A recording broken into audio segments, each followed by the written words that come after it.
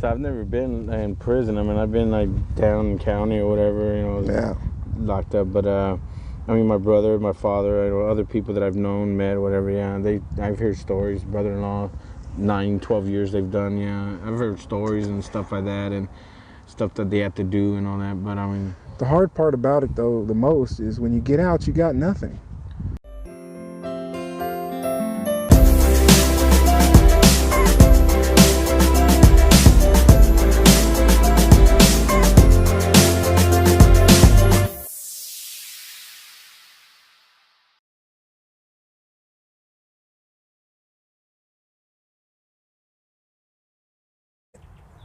The girls,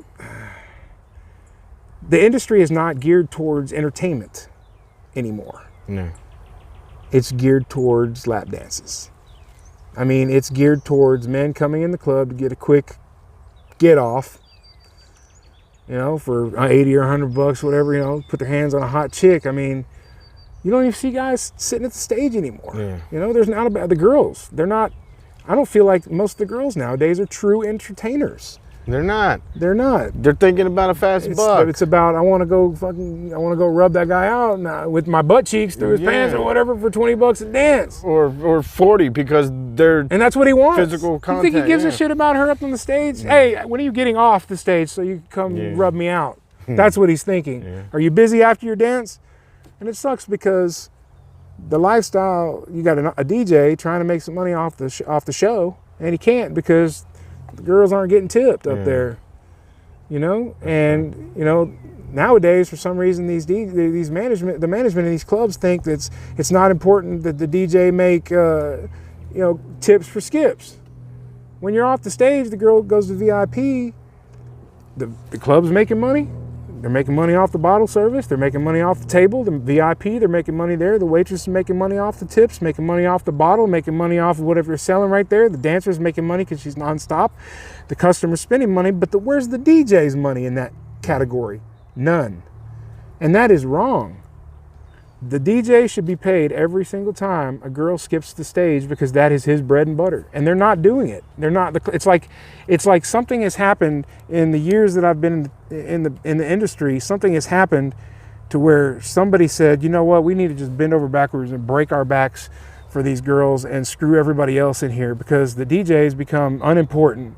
I mean, I walked into a club earlier and I was just blown away. I was like, I wouldn't want to work here as a DJ. They're barely making 50 bucks a night. Mm-hmm. And it's because I asked him, I said, well, don't you get paid for that? Well, no, the girls let me know when they're going off stage to VIP, that way I don't put them up. I was like, right, and that's 20 bucks. He's like, no, we don't get paid for that. I was like, you don't what? And he's like, yeah, you know, the girls make $1,000 in here whenever and they'll throw me $2 or $3. What? Because they're making that $1,000 off of dances in the back. Yeah. They're not making it on stage. So the girls don't think about the DJ. They don't think, oh man, he just pumped me up, because there's nobody out there to pump up. Let's be real. It's not going to change. The industry is too sexual now. Even the porn industry of it stuff, which is whoring now. A lot of girls in our business, in the titty bar business, are because they're doing whoring. their web stuff or well, no, they're just doing it on the side, making money, doing private screws. Okay. They're just going with customers or going, you know what I mean? And they make more money that way because they already put a name for themselves out there. They're already bam. Yeah, so you said it. Yeah. You said it. There's a lot of girls that get in the adult industry nowadays that are not looking for a career, and that is a slap in the face for anybody, I feel, that is legitimately trying to create a career and build a brand in adult film. I know men and women in adult film that are very well known. Jack Lawrence. Jack Vegas is good people too. Jack Lawrence comes to mind because he put out his own how-tos, XXX videos. He created a brand about himself, and he's still doing great. He's a good-looking guy. He's strong. He's muscular. He's got amazing physique. You know, he's a very nice guy. He doesn't do drugs. I don't even think the guy drinks. And he's been in the business for a long time, and he's still growing strong. But I'll be damned if some hooker wants to go over there and try to make a quick buck and say, oh yeah, I'll work with Jack Lawrence, and somebody else has got a name for themselves, and he might get a scene out of it, but she just basically did it for the quick cash. Why? Why are you wasting anybody's time? I mean, look at you. You look like you don't belong here in the first place. You know? I mean, you don't look like a adult film star. You don't even look like an amateur. You look like a slut. With tattoos all over and 3 kids, and you're trying to, your titties are orangutan titties. I mean, you really want to be a porn star? You don't really want to be a porn star. You want to be sucking the D in the back of a trailer and doing your hourly. Why are you here wasting time and putting impression on famous people that are trying to really legitimately do it? And that, along with adult film stars screwing around with Johns on the side, bringing diseases, AIDS, epidemics into the adult film industry, not from the people in the industry, but from the people outside that don't give a shit. Don't they get tested anyways? The industry does, but the people out there don't. I mean, shit, if I walked up, not the side if I walked up to a porn star and I said, hey, I got $50,000. You want to fuck me all night, no rubber. Don't ask questions.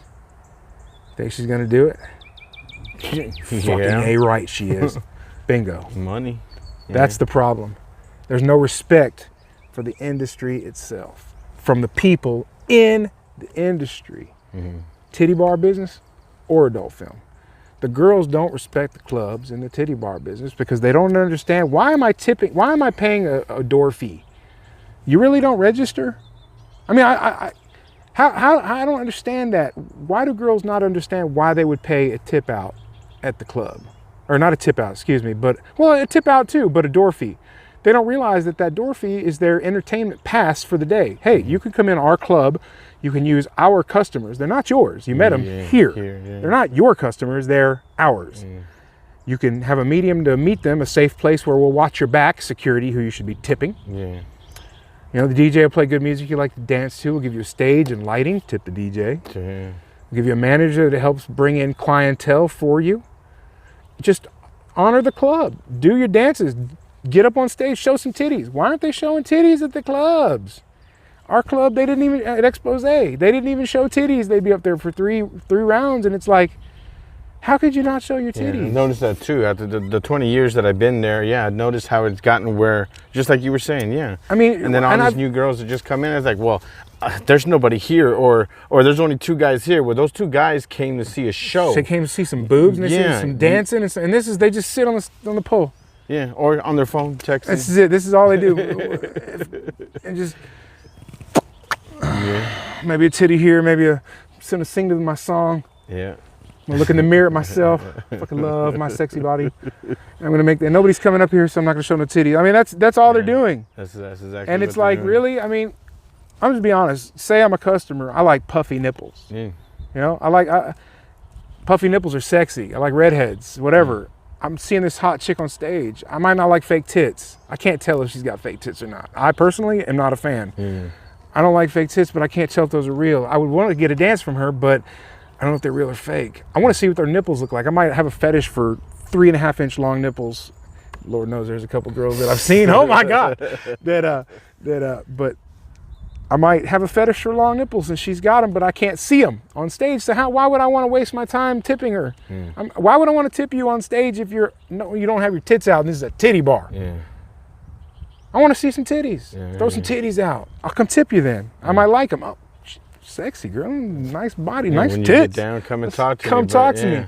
They don't think. They don't, because they're like, oh, that guy wasn't tipping me, so why am I going to go talk to him? He don't got no money, or he's not interested. Like, come on, go talk, find out first, Or they'll be selective. They'll sit at the bar and hold their phones, and they'll browse real quick. Oh, I don't like him, he's ugly. Oh, I don't like him, he looks dirty. He looks like a pervert. I think he's a pervert. I can't remember what they were saying. And they're missing clientele that could possibly be spending good money. Let me tell you a little. I tried this out one night at Expose for fun. I was working security. This guy pulls up. He's probably about 25, 26 years old, black male. Pulls up in a Lambo. Fucking hot, dude. I was like, and it's his. There's no rental. And I'm like, man, that is awesome. And I was like, what do you do for a living? He's like, I make money. I was like, well, no doubt, bro, no doubt. Well, he went in the club. And I was like, I should go in there and tell him. No, I'm not going to do it, because he's really not dressed to impress. Well, he went in the club. So I waited about 5-10 minutes. I walked in, went to act like I was going to use the restroom or whatever. And I see him sitting by himself, messing with his phone. Nothing, no action. Go use the restroom, come back outside. Walk in about 10 minutes later, just going to browse. You see him still sitting there on his phone, no action. Got a drink, sitting there just wasting, nothing's going on. So I go up to one of the door girls and I say, hey, there's that guy over there. You see him? Yeah, he's in a Lambo. What? Yeah. So I go back outside. Give it about 10 minutes. I come back in, I look, he's surrounded by women. Surrounded. Nobody's even with any of the other guys. Yeah. Surrounded. And he stayed there for probably about a good 3 hours or so. And of course, when he left, one of the girls happened to just jump on in and take off with him. Naturally. Yeah. That is a perfect example of what the girls are looking for. It's not about the person. What about it? Maybe he wants to talk about his day. Maybe he wants to talk about his wife that just recently died and he's lonely. Maybe it's me. I'm lonely. I just want to talk to a pretty girl. Maybe I just want to get a couple titties in my face, a couple dances, but you're not looking at me. I've been here for an hour and a half and you're on your phone over there and I don't want to approach you because I'm the customer. Why do I want to come over to you? You should be coming over. Why haven't you come over to me? What do I got to do? Hello? Everybody's trying to point fingers. Oh, well, it's the DJ's fault. Oh, it's the dancer's fault. The customers. It's this. It's that. It's the not. Manager. It's nobody's fault. It's society these days. It's too close to sexual. There's clubs that don't care if men put their hands on the women. There's clubs that don't care if women put their hands on the men. Yeah. I can't tell you how many times I've seen literally dry screwing. The girls just sitting there. Third song. Fourth song. 30, 40. Fifth song. Yeah, you want another one, baby? Yeah, you want another one. Sixth song. Yeah, no problem. Up, cashing out. Bye, guys. 1, 2 to the DJ, 1 to the manager. I'm gone. No problem. 20 minutes. They want the DJs to cut the songs down to 2 minutes and 30 seconds so they can knock that money up fast. I was kind of wondering why you don't see the DJ cuts the songs. But you don't see them throwing the cash back at the DJ for doing it. You know what I'm saying? Yeah. The point is, the girls they don't want to be on stage. They want to be off stage. And then they, for some reason or another, the industry has changed where they're not supposed to tip the DJ, so they just don't get up. They just VIP it or they just act like they're VIP. And I don't know. There's a lot. I don't think I want to work in the industry the way it is anymore. So passion's not there anymore. Yeah. Definitely should go back to the karaoke thing, I would think. I don't know. Or well, even the you're porn right. industry, like you were saying. I've thought about the karaoke thing, actually. But this town is more geared on trivia. Yeah, Austin? Yeah, Austin is. All trivia. And I don't run a trivia business. I have a karaoke business. So, definitely go where the not even that, but like but it's still said that earlier. You mentioned that earlier. Yeah, but it's also down to the carnal base instinct. It's hot. It's hot right now. Are you hot? For real? Are you sitting here getting hot? Nuh-uh. I'm sitting in the sun a little bit more than you are, though. But I'm getting hot. I'm thinking about this sucks. So I should go there. You know what I'm saying? Because this affects me every day. Heat, nastiness. So I just think I want to go where the sun shines, brother. I hear you. I think I want to go back where the sun shines.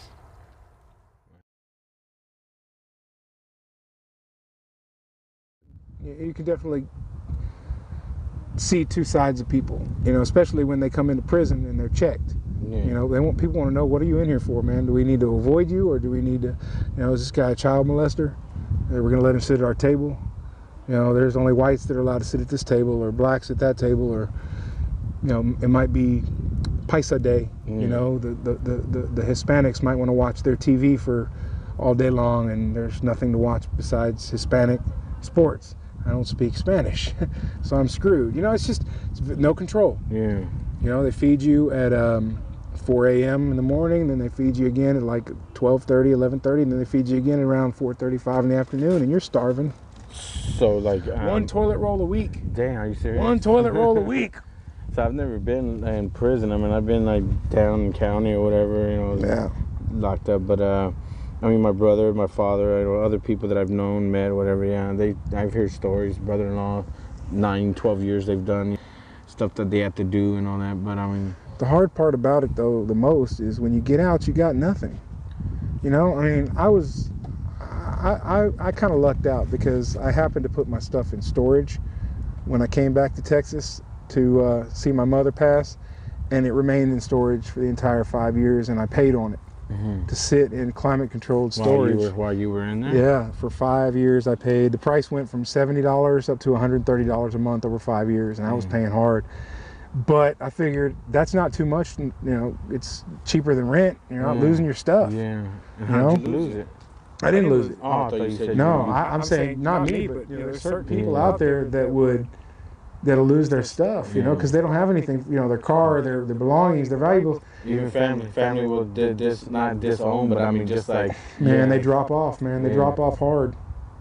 Friends, family, you really learn who your real friends are when you're in there. And I wouldn't even say that. I mean, you know, we're out here, you're in there. It's kind of hard for someone to like keep in touch with someone that's in there. I mean, you have all the time in the world, you know, to think about stuff, to write, to do this, to do that. Yeah. We're out here, we're trying to make money for the next day. We're trying to pay bills. We're trying, you know, and it's not like we've forgotten about you. It's just like, I mean, I know it's not that hard. Okay, I'm sitting at home. I could be writing a letter to my friend, you know, my homeboy that's locked up, instead of watching TV.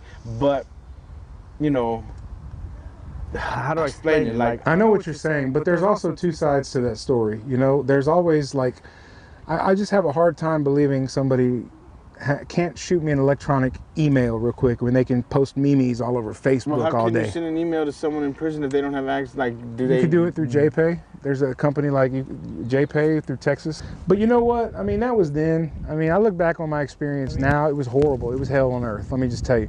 I mean, summertime, it would get 130 degrees Fahrenheit in the dorms, and you can't leave. It's prison. Yeah, you can't go anywhere. So you got to sit there. I mean, I can't tell you how many days upon days I would sit there in my bunk and read a book, sweat pouring down my face. Just, I mean, what am I, just flick it off, you know? Yeah. Continue reading. I'm holding the book. I move my hands. There's a sweat mark where I was holding the book.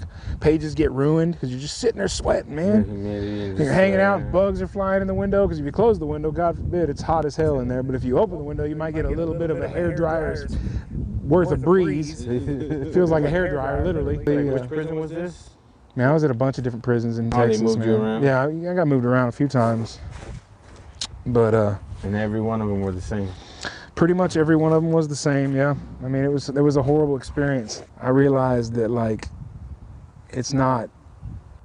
It's gone. It's over. Yeah. But I'm glad that it's over. I'm glad that it's over. But at the same time, I'm having a real hard time accepting society now. Like, I've seen so much change in the 5 years that I've been gone. Everybody's stuck on their phone now. Everybody's got wireless headsets and they're running around looking like they're talking to themselves. Or they're jamming out. It's like you can't physically have a conversation with somebody without being a weirdo and being, excuse me. You can't do that. You know what I'm saying?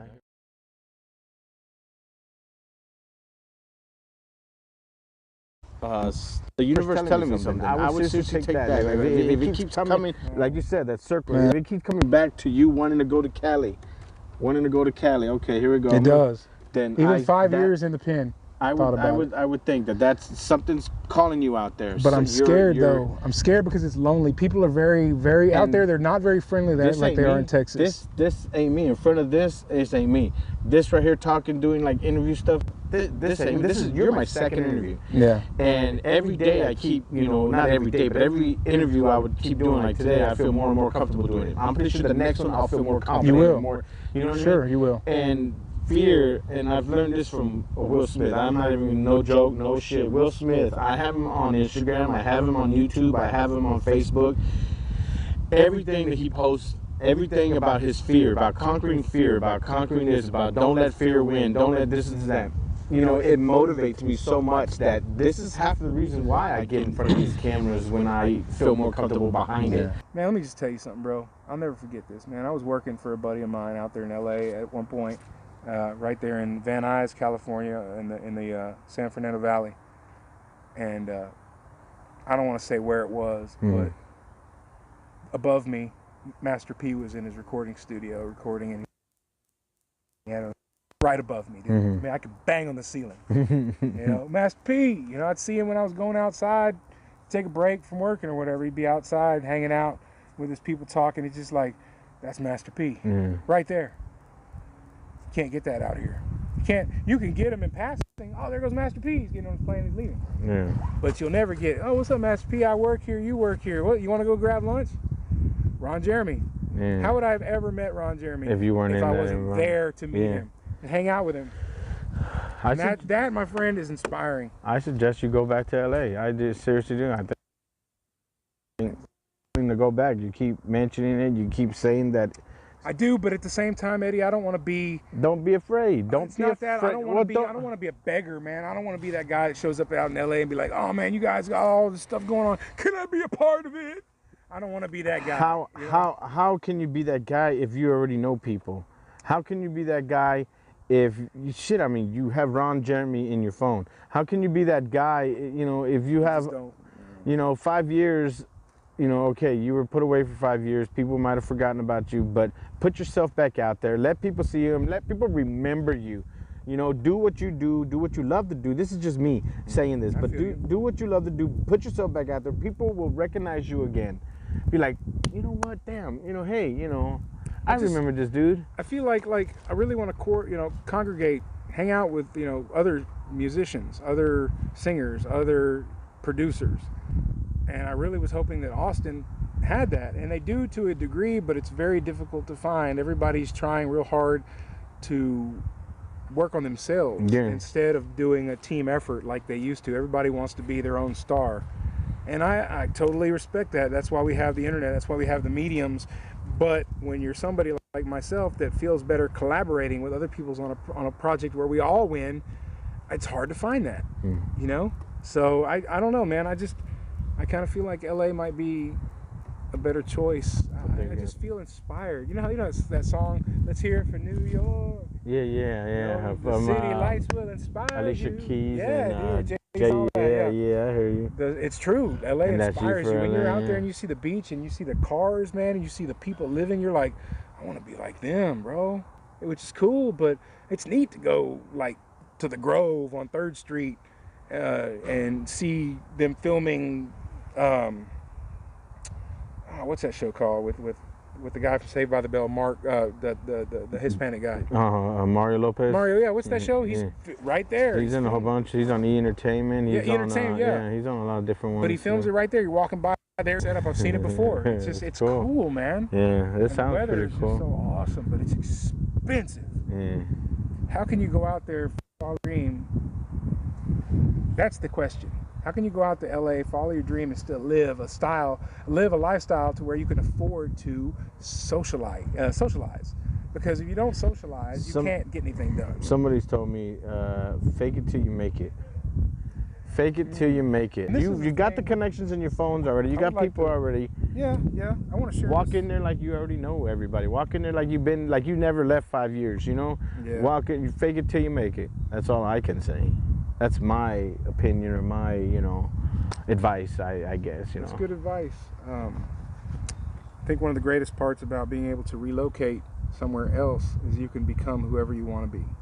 You don't have, I think a lot of people, especially people that have drug problems and, issues with living, it's not necessarily them, but it's the people and the places they surround themselves with. Yes, people you surround yourself with. Yeah, a lot of people get out of prison, they go straight back to that same trailer park with those same people and the same drugs, and how in the world would they ever get better? They won't. The only way to do it is move somewhere else and develop a new identity. Mm-hmm. I don't mean develop like an identity that you aren't. I know what you mean. But develop an identity where you don't have to necessarily reveal all your past. You don't have to say, hey, I had a drug problem, or hey, I've done this, I've done that, this, that, whatever. It's nobody's business, and you can be you over here, not over here. You've been there before. Be you over here now. Yeah, I know what you mean. I could become LA Mark, who I like actually. LA Mark is lots of fun. LA Mark goes out there, smokes the bud, legally. He does cool interviews on Venice Boardwalk. He's smiling all the time. He's happy. The weather's perfect. Let's go, do whatever we want to do today, man. Let's go get some ice cream on the beach and chill and watch the surfers, and it's just beautiful out there, man. You can't see that out here, bro. Sound like you sold me already. Beautiful women. See, I mean, everywhere. I think awesome parties. I think LA is definitely calling you, man. I seriously do. Well, I guess we'll go ahead and wrap this up. I appreciate you coming out here and doing this for me. Like I said, it's my second interview here. Pretty much, I think it was a good interview. I had a good time today. Me too, Eddie, for sure, man. It was good hanging out with you, brother. I mean, I don't know what I'm going to do tomorrow. I might just take off to Vegas.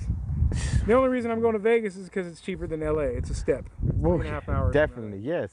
So it makes more sense to me to go somewhere closer, but not all the way just yet. Get my foot in the door, you know, maybe, I don't know. I'm trying to take Timmy's out there. You know someone. I know. I'm going to hit him up and see what's up. Timmy's out there, man. Definitely hit me up on Messenger if that happens. Yeah. That'd be awesome. And yeah, we'll I mean, shit, I'll probably have to do a follow-up. Yeah, we'll do a Skype. Me and him over there. What's up, Eddie? We'll definitely have to do that. Coming at you from Las Vegas. Heck yeah. But like I said, I appreciate you, man. I appreciate this, you know, taking the time out of your day today. Sure, man. I'm glad I had a day off because I didn't know when I was going to have another day off. But yeah, appreciate you, man. Yeah, my pleasure, bro. For sure.